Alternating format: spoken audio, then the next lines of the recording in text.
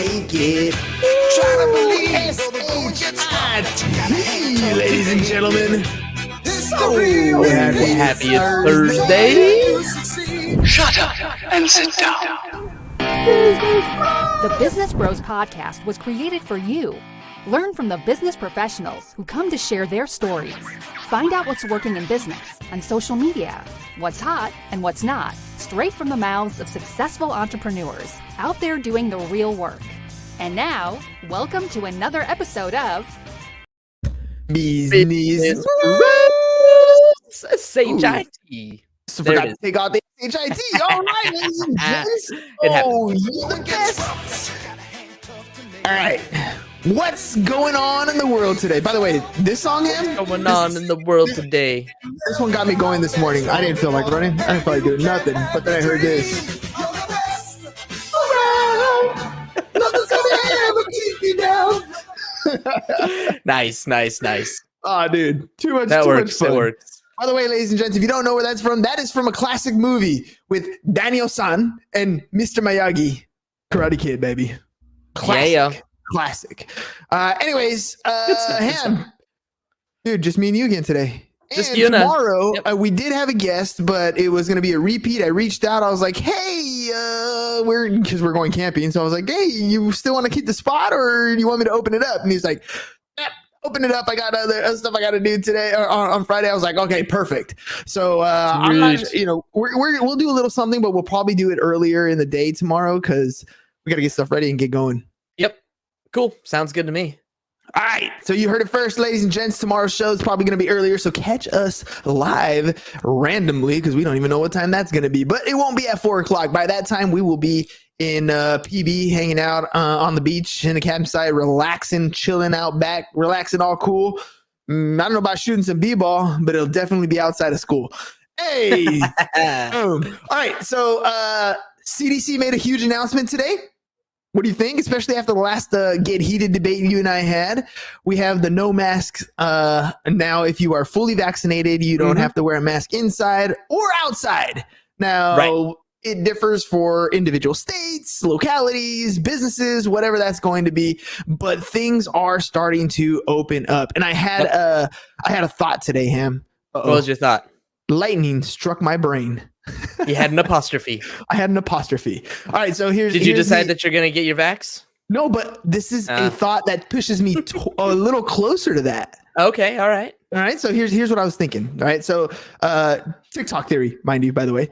So scrolling through TikTok this morning, and I catch the attention of this story. Basically, what they said was they were showing this old news newsreel from, I think it was like 2008, where it's basically somebody conspiracy theory saying like this is going to happen. What's happening now with the vaccines and all that stuff, and how vaccines are going to wipe out a huge population. It's going to be bigger than the Holocaust and blah, blah, blah, blah. Right. Okay. Sure. And so I was like, okay, let me, my mind steps into this rabbit hole of what if. All right, what if? That's not how it works. That's not how any of this works. Yeah, exactly. Right. Just had to throw that in there. No, it's cool. That's what they're for. Right. So my mind goes into the what if thing. Right. And I was like, okay, well, I believe most people are good. So I don't really believe that is the overall intention or whatever is going to happen. But let's assume there's a Thanos out there. And that's the whole idea, right? Population in the world is like over 7 billion people on the planet. Resources are limited. We got to kind of bring that population number down. So mass genocide, okay, okay, whatever, that's going to happen. So then I started thinking, well, if most propaganda or most media is pushing for vaccines, and you have to make a choice whether you're going to follow that logic or make your own independent thought process. And they do decide to wipe out a specific type of population. I mean, if I was sitting on the throne and decided, I'd probably wipe out my oppressors more than I would my followers. Wouldn't you think? Your potential challengers. Yeah. So basically people who think independently. Yeah. So I was like, okay, well, so let's say for example, your argument the other day was, look, The reason why you want to get it is because if you do get sick, it'll prevent you from dying the next time that it comes around, because your chances are you're going to get it anyways, right? Sure. Yeah. Okay. I mean, that was what you were telling me, right? It's herd immunity, so that when you get it, you have less chance of dying, right? And so I was thinking, well, what if COVID was part 1? And then the second disease or whatever, biohazard, whatever, that goes out, and it's specifically coded so that those who got the vaccine are fine, and those who didn't, this was the one that really wipes people out. I was like, holy crap. Now, if you really follow that rabbit hole, mind you, ladies and gents, this is a huge rabbit hole. None of this is like legitly real. Not So even. you're telling me there's a chance. Yeah, like 1 in 7 billion. But, but so let's for argument's sake that happens. Now you got to choose, right? Now you got to choose. Oh, did Katie open your door? That was amazing. Looked like a ghost from my end. So it's just the wind. It's just the wind. So then the choice becomes: do you choose to follow the moo boss, or do you choose to stay independent if it's going to be one way or another? And it's because, anytime I try to make an argument with you, I always felt like everything was thrown fringe wise, right? That's what the total right wing is thinking, or that's what those it's really pretty fringe. outside people were thinking. You're pretty far out there right now. I keep asking and I keep getting the different answers, dude, and people who politically lean in different ways. So I don't know what to tell you. I don't know if it's completely fringe. And when I look at it falls into the category of conspiracy theory. But right? everything does, right? I just took it to a whole different level too, right? That was my own conspiracy theory that popped into my head, right? I don't know how valid it is or who's in control or what, or if there's even that kind of agenda. I don't really believe in those kind Bill of agendas. Gates and Warren Buffett and Now, do I believe Bill Gates is involved with a lot of things like this? Yeah, absolutely. But do I think it's from a malicious standpoint? Probably not. More like a capitalistic standpoint where I have the resources and I can make money off this and I can help people and that's it, right? And so it's like anything else in business. So you take a stand on something in your business, in your mindset, in whatever it is that you're doing. You're going to have people that love it and you're going to have people that hate it, right? And there are people who completely agree with you and there are people who completely disagree with you. Yeah, I don't go down those rabbit holes. I really like the most education. I don't know. It's like I don't even know what I'm trying to say here. It's like you really, really have to go looking for that kind of information. The whole Bill Gates and Warren Buffett thing. I know, a lot of it stemmed from that conversation that you were having with Anthony. And, there's so much stuff and so many different ways that you can connect all these different dots, and you're over here like, well, Bill Gates, he's looking at it from a capitalistic standpoint. And the little bit that I know about Bill Gates, I'm like, no, actually, he has enough money. He's doing it from a philanthropic standpoint. So it's not even about money. It's just we really don't. But it's all speculation. But I'll give you this, right? I mean, Thanos was doing it from a philanthropic standpoint. It's just his was malicious in how he was going to get there. But his idea was to save the universe. It's just his way of saving the universe was freaking maniacal. Yeah, well, half of it anyways. Yeah, right? It doesn't really make sense. Well, but it makes sense to the person who thinks it's the thing. Which is obviously crazy. And yet, he had a huge following and armies behind him. That's where it gets kind of scary. Anyway. So, back to reality. The truth is, the CDC did say we can start to remove our masks in public and in facilities and outdoors, whatever, if you're fully vaccinated. So let me step into some of the more I guess this is speculative too, I guess. Cryptocurrencies, dude. Have you bought any cryptos? I have not. I wanted to buy Doge when it was going crazy. You did? What'd you do? What'd you buy? And I bought Doge. I bought like $500 worth. And my thought was, it's like roulette. I'm putting my money on black, baby, and I'm gonna come back in a year or two and see what happens. If it makes something great, if it doesn't, it doesn't. It for me, I'm treating it like gambling, right? But there are a lot of people who are buying into a lot of these cryptocurrencies, who are buying into the market, whether it's real estate or stocks right now, because it's hot, and they're speculating. As always. Yep. As always. Okay, we talked about moobahs a little bit. For those of you who don't know, James and I always said, like, the moobah is like a herd, right? And if you know anything in business, if you know anything in what goes on in professional atmospheres, oftentimes the herd, everybody follows like lemmings. They all go in the same direction. But the ones Like that tend cows to be and sheep. like cows and sheeps. Moo and ba. And ba, right? But the ones who are different, the ones who go against the grain, are the ones who make big changes in the world, right? These are the people who are like, no, I want a computer to be personally used by individuals at home. Steve Jobs, Bill Gates, right? These are the people who are like, no, I want a car to be fully electric. And that's how we should have a renewable energy source, right? That Elon Musk. Or you know what? Vehicles should be affordable to everybody, and we should be able to turn these out like so many per day. Henry Ford, right? So all these different people are going against conventional thinking. And now that I'm back to school, and I got a lot of teachers stopping by asking tax questions, asking investment questions, asking real estate questions. Getting back to that, right? Which is awesome.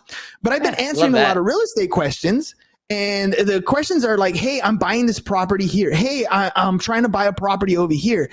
And they're coming from certain teachers that you know, they buy rental properties here and there. And as I'm conversating with them, I'm asking them, like, why are you buying? Right? Like, that was my real question. Why are you buying? Like, right now is a point where we are actively selling.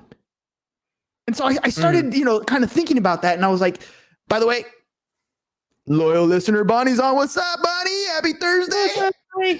So I started thinking about that, right? Like following the moobahs and why are people buying? And I started to kind of track. I had one of my students ask me a question. He's like, you know, how long have you been doing business stuff? Like, you know, why did you stick to it? What have you been doing? And I'm like, you know what, to be honest, 20 years. For the last 20 years, I've been spending a lot of time in different pieces of business. I started off in the tax space, and then I went into the accounting space, and then we went into the insurance space. And then I had different businesses to kind of practice a lot of these things. In 2008, when the economy crashed, I feel like we were moderately prepared. We had a decent idea as to what it meant and the opportunities that were presented. And so we took some actions, and we did some flips. We bought some properties. We made money. Okay, you did that. Yeah, yes. I was in the Navy at the time. I wasn't worried about none of that stuff. Right? Okay, fair enough. But I made moves, but I wasn't really like 100% like knowledgeable. I did what I did because I knew there was an opportunity. I had a little more knowledge than I did when I graduated high school, for example. You know, like was like 7-8 years earlier. But I wasn't like, you know what you did? You know what you did at that time is you recognized that the crash had happened. Yes. I mean, everybody recognized it, but you capitalized on it. And I think like the point that you're getting to is everybody doesn't realize right now that we're due. We're due, but remember in 2005, 2006, as we were, you know, going to Vegas and learning about real estate investing, right? We do a 3-day training, and we basically learned a new language. That's really what it was, right? Because we didn't know the language of real estate investing. So we learned this whole new language. And at the end, they're like, hey, let's go check out some houses. And we bought one, right? Yep. And we just happened to take the knowledge that we had and turned it into a profitable event, because that property was not cash flowing. We bought one. Oh crap! We shouldn't have bought that. We made a mistake. We can fix this. How do we fix it? Right? Exactly. Well, now fast forward to today, right? And now today, you know, let's go back to 2005, 2006. I remember as we were buying properties, so was everybody else. We had gardeners. We had like any Joe Schmo who had zero idea of what was going on in real estate or what's going on in the market, talking about the market, talking about buying a property, talking about going out and making investments, and then starting to make moves. Right. So is that your concern right now? You've got all of these teachers that they're not necessarily. Go ahead. I think for me, it's the idea of, do you understand what it means to invest? Because the only thing they're investing in right now, the one thing they're banking on, every single investment, cryptocurrency, real estate, right? Those are the two big ones right now that are hot. Every single person who's investing in those things, not every single person, most people do not have the financial IQ that they should to be investing in these things, because they think they're calling them investments when really what they're doing is speculating. They're praying and hoping that what they buy will go up in value so that they can sell it for a profit. In 2005, people were doing that all the time. And because they didn't have an understanding of the finances, they were buying properties at high prices with lower monthly payments using creative financing. We called those subprime mortgages. Right. The people who were buying were speculating. When everything crashed, everybody pointed the finger at the banks, but that's a load of horse, because the truth is, you knew you were buying something that was expensive. You knew you were banking on it going up. You hoped it would. And when it didn't, you lost your ass off. Right. And that's what I fear for this next move. I see so many people who are trying to jump in right now when prices are so high, who see these cryptocurrencies and they're like, ooh, easy money. And they go and try to throw, hard-earned money at easy money. And dude, it's scary. Like, people are going to make big losses, take huge L's on investment portfolios. Dude, in this last year, in 2020, Congress passed a law where if you were because of COVID, a lot of things, right? You didn't have to pay taxes on unemployment for COVID, right? That's one of the things that passed. That was awesome for people who needed to be on unemployment. They had PPP loans, which were loans to businesses that were forgivable loans. They didn't even have to pay them back. This is free money. We got stimulus money. We're getting conditioned to get, it's okay. Somebody's going to have our back. Somebody's going to bail us out. Somebody's going to give us this money, right? And I'm sitting here thinking, like, dude, somebody's going to pull the rug out from under you here very soon. You're flooding this market with so much cash, and people are just throwing it at things. They're throwing it into these properties and trying to hold and pray. They're throwing it into these cryptocurrencies. Like, we got to think about what it means to have a little bit of financial intelligence. What does it mean? I mean, I feel like you're getting to something. You definitely have thoughts around all of this, but like, what's the answer? People are asking these questions. People are doing these things. What's the answer? Dude, the answer comes down to education. Today in class, I got to play cash flow with the kids. And I know it's been a while since you've done that. I only have 2 students in the classroom, but cash flow is available in the e-game version, right? So I like. Oh, were you playing the e-game version before? The e version? No, in class before we played the board game because there's people there. I mean the past 12 months. Did you play? No. Usually I start playing right about now, the last month, before they graduate, because it's like a culmination of all the things we've talked about, right? And for those of you who don't know, cash flow is a board game. It basically allows you to understand how a financial statement works, and more so, how to actually get out of the rat race. In other words, all of us are stuck in a rat race right now. If you have a 9-to-5 job and you depend on that to pay your bills, you're stuck in the rat race. You go to work, you pay your bills, you go to work, you pay your bills, you go to work, you pay your bills, and it's just circle. That's all it is. You're stuck right there, right? And so the concept of the game is very simple. You have a certain dollar amount in expenses that you have to pay every month. This is your rent. This is your mortgage. This is your electric bill. This is, the things that require the reason why you're going to work. This is the money you got to pay every single month. And to exit the rat race, you have to buy real estate, businesses, stocks, bonds, mutual funds, whatever it is, these investments that spit out enough cash to cover your expenses. And this is a conversation that I have with my students all the time and with my tax clients all the time. Retirement is not an age problem. It is a cash flow problem. If you solve the cash flow problem, you no longer have to have a job because your money that's doing the work for you, your money's going to work and it's spitting out enough cash to keep going forward. That is what I think is missing, Ham. When I talk about the speculative things, you're not looking at the investment with the idea of it having an end goal other than you hope it goes up in value. Right. When we bought the property in Vegas, we bought it for $200,000. It was only the mortgage on it was like, I think it was like $1,100, and we could only rent it for $1,000. We were gonna lose $100 every month, and we were not in a financial position to lose $100 every month at that time. Nope. So how did we fix it? This is where financial intelligence comes in, because our goal is to have enough passive income to cover our expenses so that we no longer have to have a job, a job, right? Just over broke. So we turned it into a lease option that allowed us to get cash directly, like a down payment. It was $8,000 or $4,000 that they gave us twice. So $4,000 that they gave us to start this option, and then they paid us $1,250 a month versus the $1,100 that it cost us for the mortgage. So now we were profitable every month. And then after that 1 year, they had the option to exercise their lease option. They decided to renew it, which means they gave us another $4,000. And 6 months later, with another positive cash flow, that's when they actually purchased the property. We ended up making our first $50,000 on a rental, right? That is financial intelligence.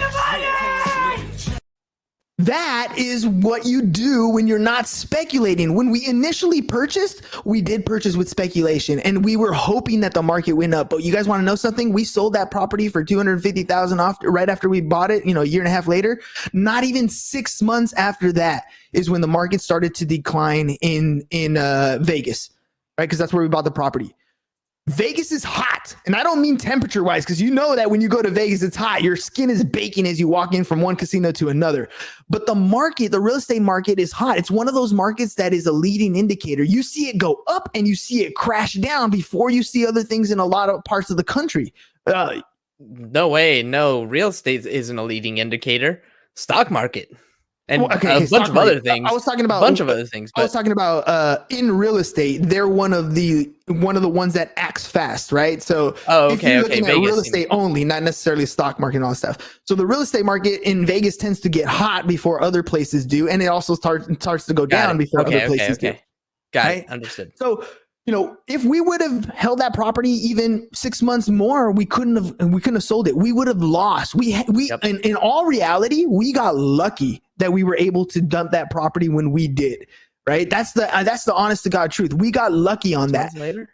It was like 6 months or a year later. It wasn't very long. Not very long. No, yeah, like a year tops. Yep. Yeah, and that's my point, right? This is my huge main point. The speculation you have. If you're going to buy cryptocurrencies, why are you buying them? Is the question you need to ask yourself. I'm not saying they're a bad investment. I'm not saying they're going to go down. I'm not saying they're going to go up. All I'm saying is, does that investment help you reach the goal that you're looking to achieve? Does that investment put you that much closer to solving the cash flow problem? Right? If it does, then by all means, continue what you're doing, right?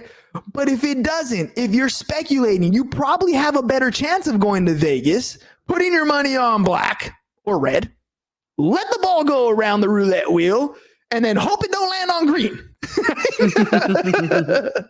But the truth is, you got a good chance right there. It's about a 50-50 chance. That's probably better odds of you knowing whether Doge is going to go up or it's going to go down, right? Now, here's the thing about stock market. I know you're thinking, oh, dude, he's all over stock market and cryptocurrencies. Really, no. But here's the thing. Those are great vehicles to park some money in. Like, I do believe cryptocurrencies are going to be on the rise. I do believe that, the question I got asked earlier today was, what do you think about the move that Elon Musk made on buying a lot of cryptos? I think he bought Bitcoins or whatever he bought, right? And I was like, I think it's a smart move. And now, having read his biography, I understand. I have a different insight as to why he did that, and I'll share with you here, because why not, right? So I don't know if most of you know, but he was one of the founders of PayPal. And when he was working on that PayPal at the very inception, he wanted to do something that had never been done before. Yeah, that's what Elon does, do things that never been done before. Yep. He wanted to have that online bank. And he talks about it. Well, the author talks about it after doing his interviews on how he wanted to do things so different that banks would not fund PayPal because of the concept and the ideas that he had. So my thought is, screw the banks is what he's doing. He's buying a bunch of cryptocurrency because for those of you who don't know, he was booted out of PayPal. Like when he got married, he went on his honeymoon, and while he was on his honeymoon, the board booted him out and placed somebody else as CEO. Now, don't feel bad for him because he got a huge payout and all that stuff, right? But that's unfinished business, and Elon Musk is not the type of person who starts something and doesn't finish it. He wants to see it to the end. He wants to see Mars colonized by humans. He wants to see electric vehicles and self-sustaining vehicles all over the world. He wants to be able to take satellites and put them in space so that the globe gets free internet. Right? I mean, he wants to do all these things, and he's going to see it all the way through.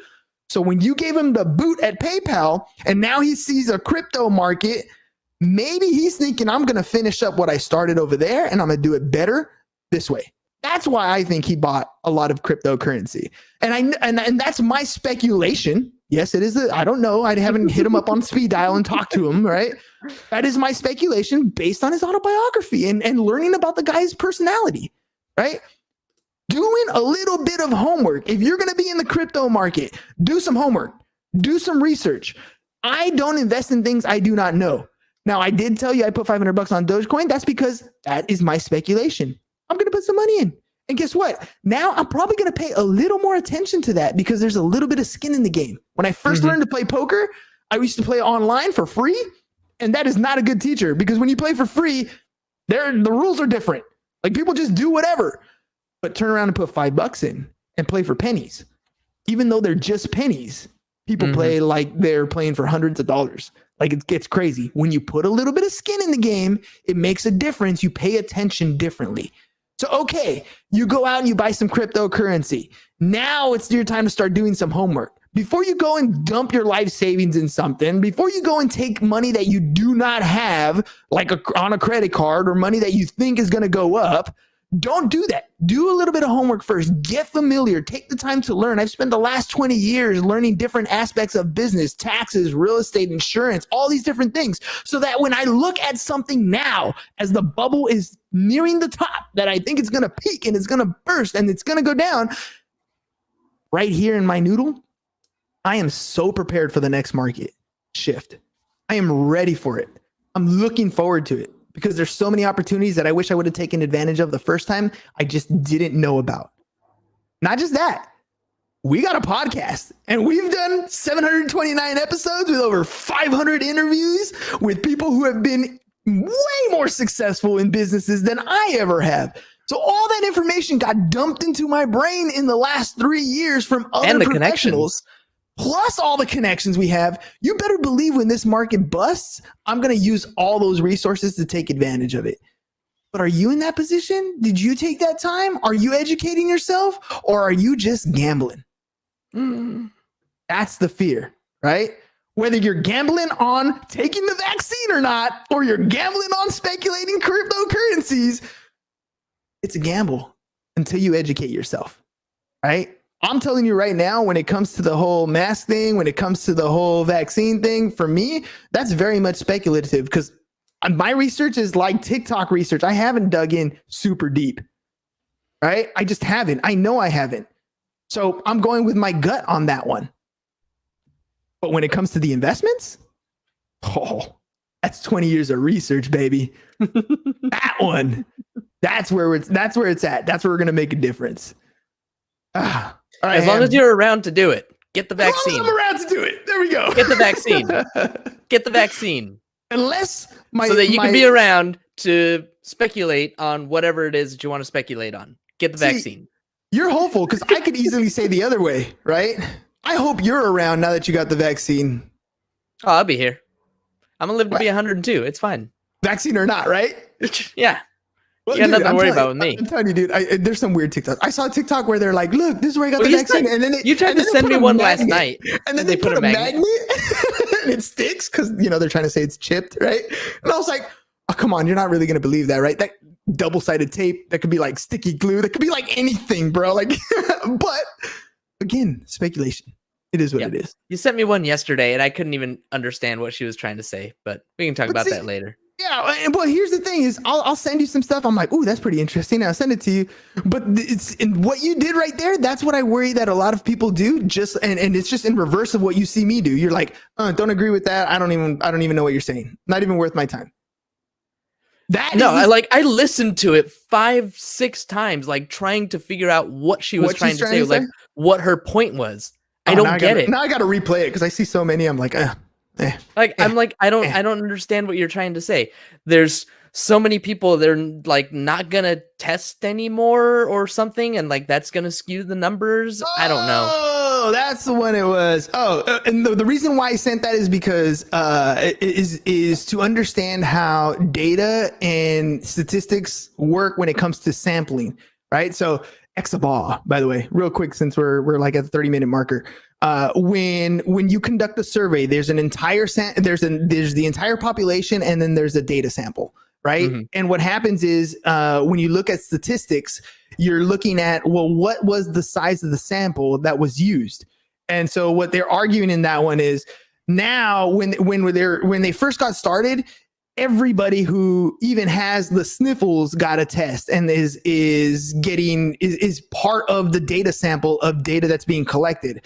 Whereas now, if you get the sniffles, we don't really care, right? Because everybody's vaccinated. So there's going to be less testing of what's going on. And so my whole point of sending you that was data samples matter, right? The amount of information that you're getting from who you're getting it from is going to skew one way or another. It's like political polls. That's why when you watch MSNBC, their polls are like, see, we're right. And when you watch Fox, they're like, see, their polls, they're like, see, we're right. The poll will give you the number, but it's also based on what data you're collecting, from who you're collecting it, and what size of the sample you're collecting. That's why I sent it to you. I get that. Her point still was not clear or not being made. I don't remember what her point was, but my point for that was that's the thing. Sampling. I don't know what her point was either. I don't remember. All right, ladies and gents, again, we're going to do our show tomorrow. It'll probably be a little bit earlier because we're going to go camping. It's the wife's birthday. I'm not going to tell you a number, but it's a big one. So we're going to be out having a good time over the weekend. What a day. Love you, babe. All right. Hey, dude, real quick. I was watching it was like a compilation of what's his face? What's his name right here? Let me it's there he is right here. Oh, hell no. Steve Harvey. It is a compilation of him on. Yeah, I know. I just wanted to play the clip. And it's a compilation of him on Family Feud, and he's asking husbands questions, and all of them are awkward questions, like what's one thing you don't like about your wife? And he's like, I'm warning you right now, take the X. Like, don't answer that question. But it's just a compilation of like wife questions asked to husbands, and it's just funny. Nice. Like, they'll answer, and he's like, I done. And every time, like, instead of an X, the transition, it says divorced, like it's stamped on there. That's how I felt when I said it's a big birthday. So funny.